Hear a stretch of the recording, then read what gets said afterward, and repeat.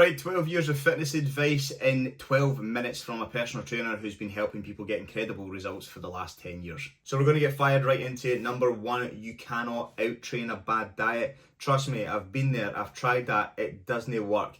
If you have the goal of getting in incredible shape and you want to get a lot leaner, then trust me, you're going to have to look after your diet. You can't just train and think that you can eat what you want, because that's not going to get you to where you want to be. You have to have a controlled diet. You need to have a good amount of protein. You have to be getting a good amount of carbs to fuel your workouts, and you just have to make sure that you are in that calorie deficit if you have the goal of dropping down body fat and getting into better shape. Number two, not every workout is going to be great. Actually, most of your workouts aren't going to be great. You're going to have probably 30% of bad workouts, 40% of average workouts, and then 30% of great workouts. Trust me, once you come to terms with the fact that not every workout is going to be amazing, it's going to do like wonders for your fitness journey. It's going to do wonders for your mindset as well, knowing that you're not going to be feeling incredible going into every workout. So if you have a workout that's not the best, don't worry about it. It happens. Number three, sleep is way more important than you think.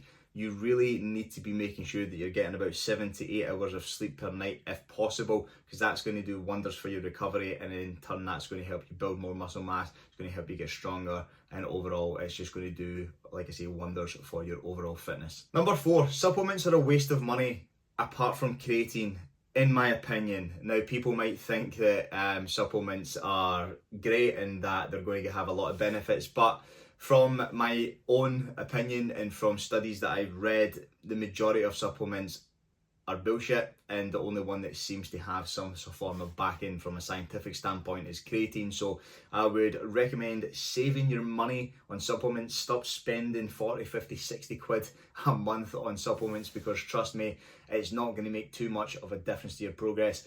If I was you, I would save that money and probably invest in a coach instead. Number five, stop trying to diet all the time and focus on building muscle mass, especially if you're in the first couple of years of your fitness journey. That is where the majority of your gains are going to be made. Too many people focus on just getting this lean physique when they don't even have any muscle mass in the first place.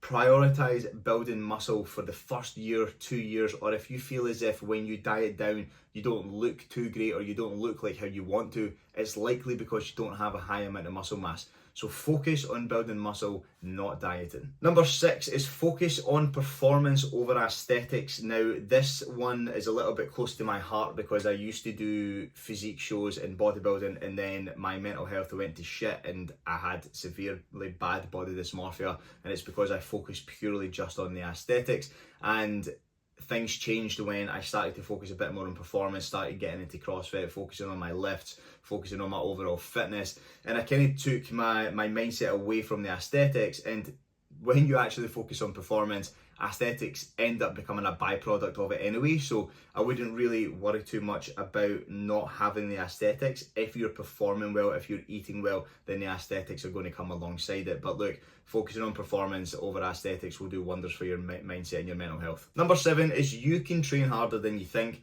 So many people think that they're training to failure when really they're nowhere near it. They're probably only sitting about 70%.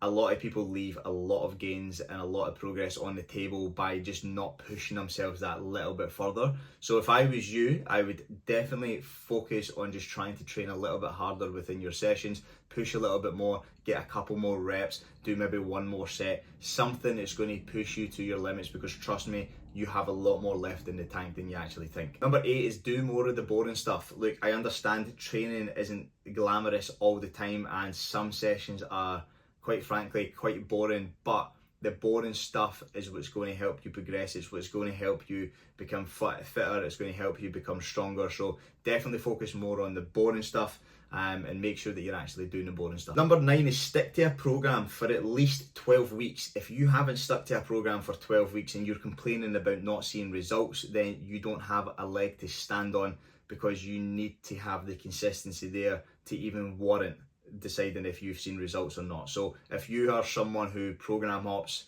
or if you're dieting and then bulking, going back and forth all the time, I'd recommend actually sticking to something for 12 weeks.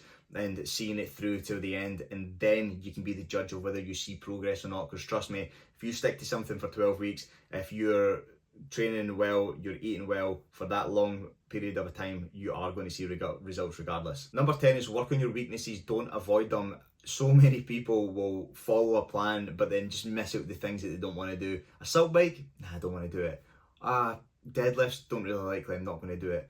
And then it comes to competitions or it comes to an event, and then you end up doing pretty bad because there's assault bike or there's deadlift. So if you are someone that focuses on performance, if you're someone that wants to get into functional fitness or wants to start doing competitions, focus on the things that you're weak at, because trust me, that is going to help you with your overall performance. Number 11 is get a coach to fast track your progress. If you are not really too sure what you're doing in the gym, if you're just doing like random sessions here and there, different ones from different influencers on social media, and you feel like your progress is kind of stalled, I'd recommend getting some form of a coach or even jumping on a group program, because that's where you're going to see actual progress, because all those programs are going to be completely periodized, so you're able to consistently see progress, and it's going to give you some form of plan to follow and some form of structure, rather than hopping on different routines here and there, because that's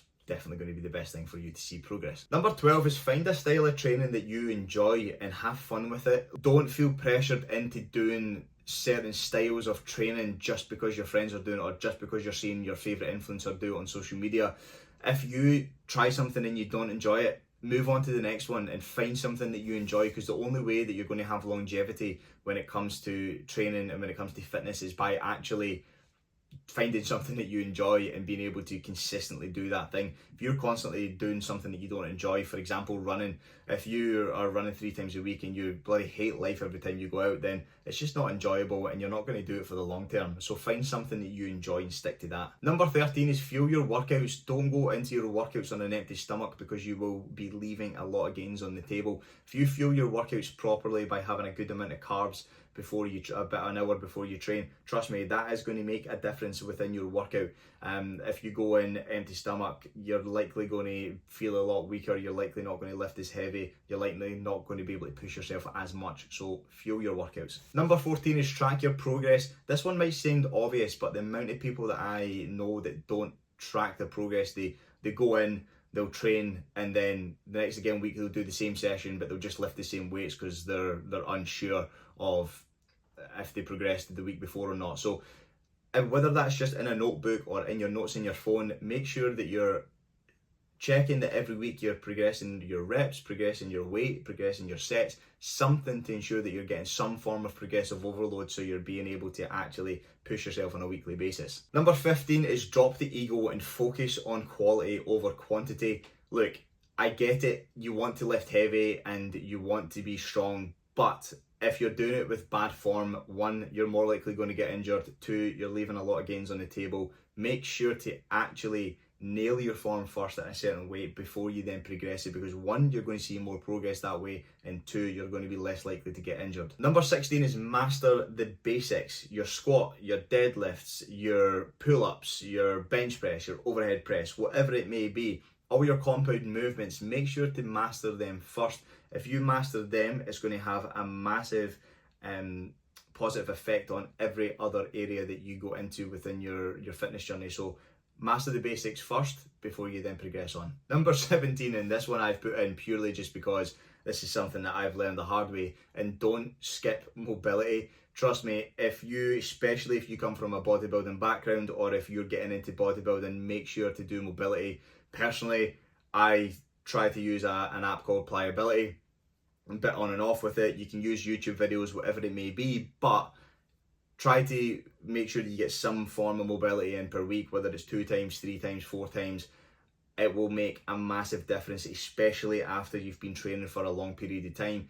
You don't want to be stiff, and that's coming from personal experience, because I am the most stiff man that you'll ever meet. So definitely early on in your journey, prioritize mobility, because it will have a big effect for you later down the line. Then last but not least, number 18 is just find like-minded people and train with them. Training is way more fun when you're training with other people, or you have a group of friends that have some form of goal that's similar to you, so you can obviously egg each other on and push each other on and just motivate each other. So that would be my one of my biggest ones, to be honest, to find the like-minded people, and it just means that your consistency is going to be a lot better. You're going to be able to push yourself a little bit more, and you're just going to have that network of good people around you. If you have any others that you would add, drop them in the comments below, or if there's any that you agree with, disagree with, please drop them in the comments.